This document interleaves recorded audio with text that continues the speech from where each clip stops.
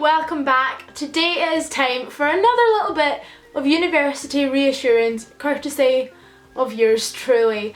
Now, today I thought I would talk to you a little bit about tips and tricks for moving into halls, because I know right now a lot of you will be getting prepared to move out of home for the first time, move in with a whole bunch of strangers and jump right into university. So I thought it would be useful if I just kind of went through a few of my little tips and tricks for moving into halls. So let's get started with living independently. So my first tip for living independently and moving out of home is realise that feeling a little bit homesick is completely normal. When it got to the stage that I was moving out this time last year, I did not know how I was going to react. I've literally lived in the same house for my whole life. I've always lived with my mum and I didn't know how I was going to cope living by myself. Luckily, I didn't... Mother? It came!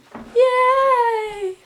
So as I was saying, luckily I didn't have that horrible feeling of, oh my god, what have I done? I want to go home. I got to university and I completely loved it, and I didn't ever feel teary. I never cried, and I thought I would because I'm quite an emotional person and tears are a common occurrence on my face. So I was 100% geared up for lying in my bed and just having a little breakdown every so often, but that never happened. I just got into university life so well. I absolutely loved it.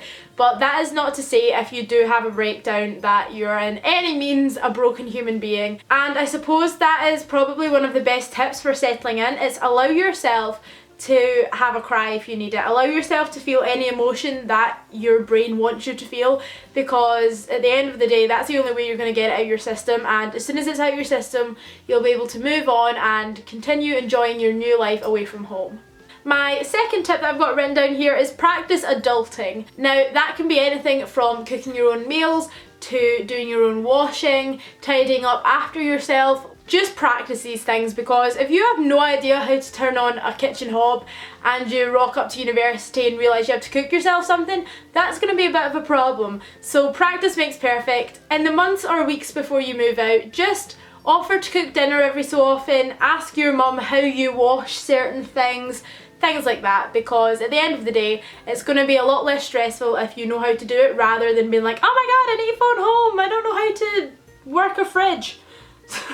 I mean, I sincerely hope that everybody over the age of like 3 knows how to work a fridge. You literally open the door and put things in, but yeah, just an extreme example. And the third tip that I have here is to be prepared. Now this is kind of emotionally, mentally and physically, literally prepared.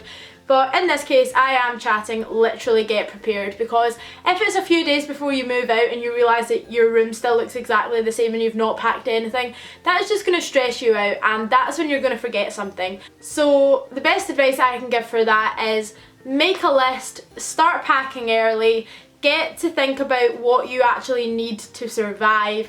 And if you're having trouble knowing what to take with you, I actually made a video last month about what to take when you move into halls. So that will be linked down below and at the end of this video if you want to go and have a look and kind of get yourself prepared. And the second little category here that I wanted to give you some tips and tricks on is flatmates, because that is something that is going to be completely new, especially if you're just moving from home.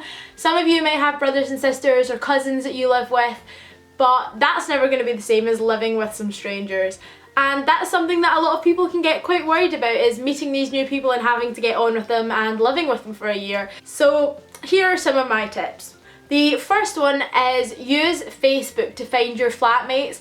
Now I know when I was moving in I could search up Facebook, and I was staying at Causeway View in Aberdeen, if you know of Aberdeen, and there was a Facebook page for Causeway View. I feel as though there should be one for every halls. So these Facebook pages are there to help you meet the people that you're going to be living with next year. I know I went onto Facebook, and when I found the Causeway View group, I went on, I wrote a status just saying, hi, I'm looking for people staying in flat 221, is there anyone here? Like, and within about an hour I had 2 people that commented on it saying yes, they were staying in flat 221 and they were my flatmates. So it's a great way to get to know people before you meet them, and we ended up making a group chat and adding people in our flat as we found them, and we just got to know each other a little bit before we moved in. It made the full moving in process a lot less scary because you had a familiar face that you'd been chatting to for a few weeks beforehand, and as well as that, just chatting to people about the next year of your life is really exciting, and it's going to get you excited to move in and finally meet these people in person.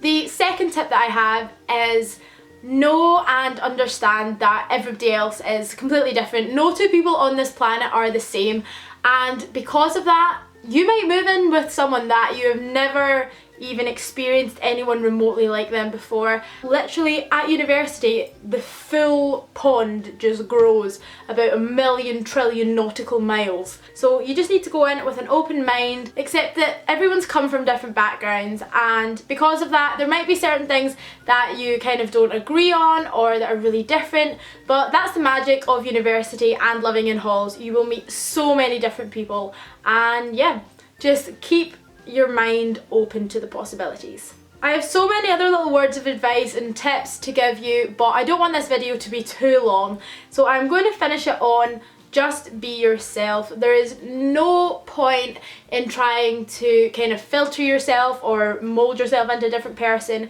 because at the end of the day, if you make yourself out in a certain way and you go to university, you go to halls and you try and keep up this persona that you've created to try and fit in or anything like that, it is going to crumble. You're literally living with these people. They will see you every day. Just be yourself and you will get on a whole lot better. Everyone will love you for who you are, and give it a couple of days and you'll be stoating to the kitchen to get a cup of tea in your rotty old pyjamas, and you will literally have the best time. The people that you share a flat with will become your new family. If ever you're sad or feeling alone or having a down day, or if you've had the best day in the world and want someone to celebrate with, you will always find someone in your flat that is going to either console you or celebrate with you.